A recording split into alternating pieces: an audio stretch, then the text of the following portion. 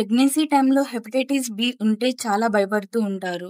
అసలు hepatitis B అంటే ఏంటి సార్? సో, హెపటైటిస్ బి అన్నది ఒక వైరల్ ఇన్ఫెక్షన్ అండి. ఇది మన లివర్‌ని కామన్‌గా ఎఫెక్ట్ చేస్తుంది. It is not a dangerous infection. కానీ దీన్ని ఎర్లీ‌గా డయాగ్నోస్ చేయడం వల్ల, మనం దీనికి ట్రీట్మెంట్ అనేది బాగా ఇవ్వడం వల్ల, పేషెంట్‌కి కాంప్లికేషన్స్ రేట్ అనేది బాగా తగ్గుతుంది. అంటే ఇది ఎలా వస్తుంది సార్? సో, హెపటైటిస్ బి రావడానికి మల్టిపుల్ ట్రాన్స్‌మిషన్ మోడ్స్ ఉంటాయి. మోస్ట్‌లీ రేజర్స్ ఆర్ నీడిల్స్ లేదా అన్‌ప్రొటెక్టెడ్ ఇంటర్‌కోర్స్ వల్ల, లేదా బ్లడ్ ట్రాన్స్‌ఫ్యూషన్ వల్ల కామన్‌గా జరుగుతూ ఉంటుంది. ప్రెగ్నెంట్ వుమెన్‌కి ఇది ఎలా థ్రెట్ అవుతుంది సార్? సో, ప్రెగ్నెంట్ పేషెంట్స్‌కి హెపటైటిస్ బి అనేది ఎర్లీ‌గా డయాగ్నోస్ చేయడం వల్ల, చిల్డ్రన్ అంటే పుట్టబోయే పిల్లలకి రాకుండా మనం దీన్ని నియంత్రించవచ్చు.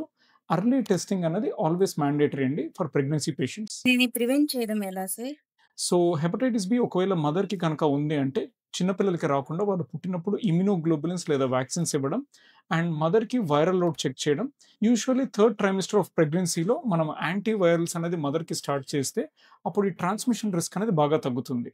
సో, హెపటైటిస్ బి అనేది ఎర్లీ‌గా డయాగ్నోస్ చేయడం వల్ల మదర్ అండ్ బేబీ ఇద్దరికీ కూడా సేఫ్. సో, ఎప్పుడు కూడా ఎర్లీ డయాగ్నోసిస్ అన్నది మంచి ట్రీట్మెంట్ అండ్ మంచి ఔట్‌కమ్స్‌కి పునాది. Thank you.